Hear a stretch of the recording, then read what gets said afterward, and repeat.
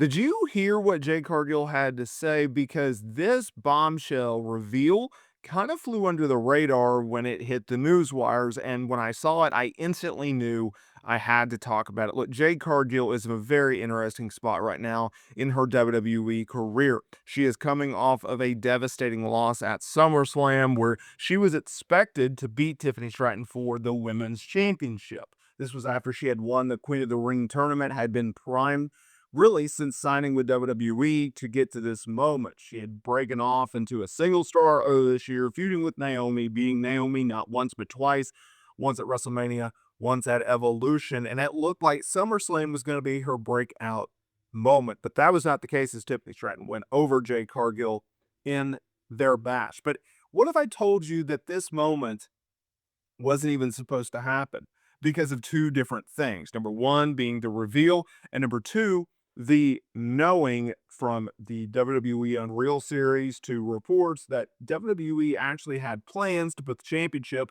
on Jade Cargill a lot earlier than they did. Instead, WWE of going ahead and doing what they did now, which was what I just explained, they actually wanted to put the title on her late 2024, early 2025. She was actually pegged to defend the championship against Nia Jax at WrestleMania. Obviously, that did not happen.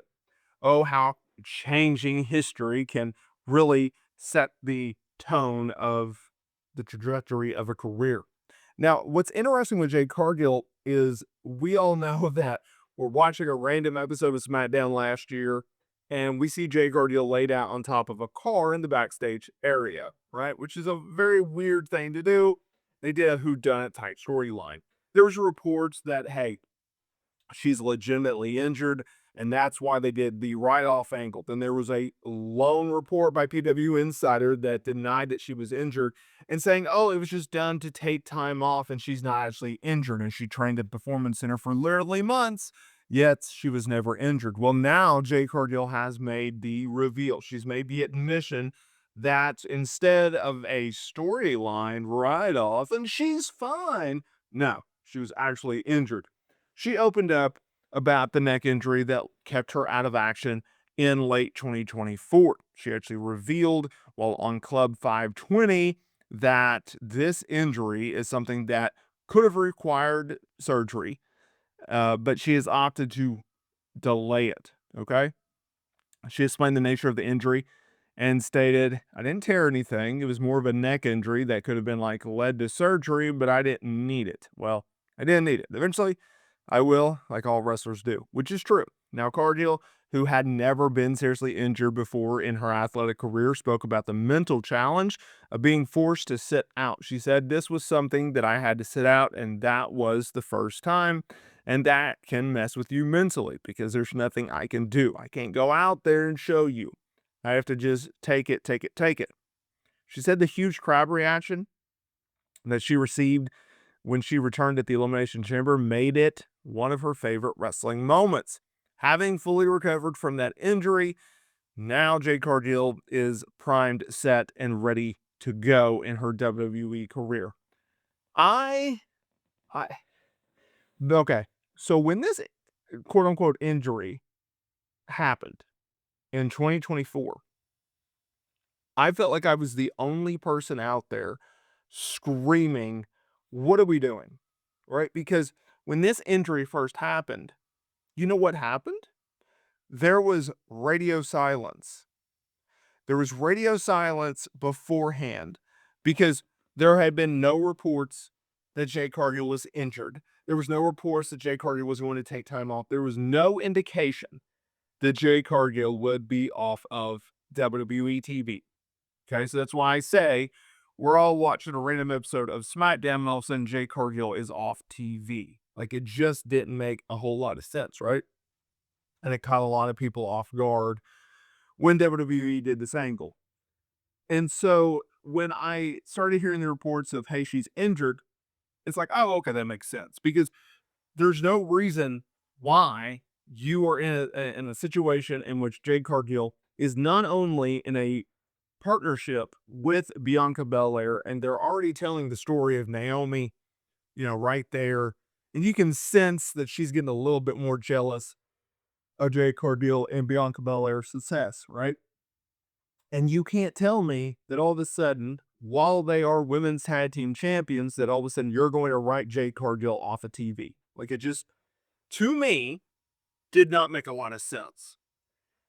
And you're going to write her off of TV because she's not injured. That's what didn't make sense to me. Like, she had to be injured, or there was something significant in her personal life in which she needed to take time off. That was the only two things that made sense, right? But just this random, we're going to take you off of TV. No, that doesn't make a lot of sense, right? She's not Roman Reigns, okay? She's not out there like, filming movies or whatnot. Like, what are we doing here? There's no reason to randomly take her off of TV. And so when this PW Insider report came out, it's like, oh no, she's not. And by the way, it dropped on Thanksgiving, which I think is hilarious, but whatever. Um, one of the least trafficked days on wrestling news sites, which is Thanksgiving, because there's this thing called family. Like, not everyone is obsessed with wrestling 24 hours a day, 7 days a week. Regardless, so he dropped this report. Oh, Jade Cargill's not injured, and it's like, what? Like, everybody, your Meltzers, your Fightfuls, everyone is reporting Jade Cargill is injured. We don't know what. We just know she's injured. Okay. And it's like, oh, yeah, that would make sense. And then you had this one report talking about, no. She's not injured. It's like, no, that doesn't make any sense. Like, what are we doing here? So that proved to be wrong. Everybody else that reported that she was injured turned out to be right. Shocker. I know. But regardless, I think WWE, they did not have a very good a situation, right? Like, they legitimately tried to make the best of the situation. It's like, okay, she's injured. Take time off. See if you can heal this up. See if we can avoid surgery, and we go from there. And that's exactly what they did. Like, you look at the circumstances, it's exactly what she needed to do. It's exactly what she had to do. And WWE, in my opinion, did exactly what they should have done. So I think it all worked out. I think if you look at, maybe it worked out better because we did not get the eventual, like, major split between her and Bianca Belair because of this injury.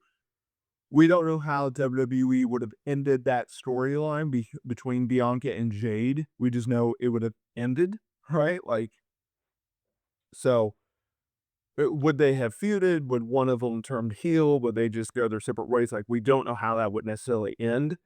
They had a little bit of tension, but they never feuded. I still think that's a major, major feud for Jade and Bianca to go after. So we'll see where WWE goes from here with Jade, coming out of SummerSlam, everything like that. Let me know down in the comments area below.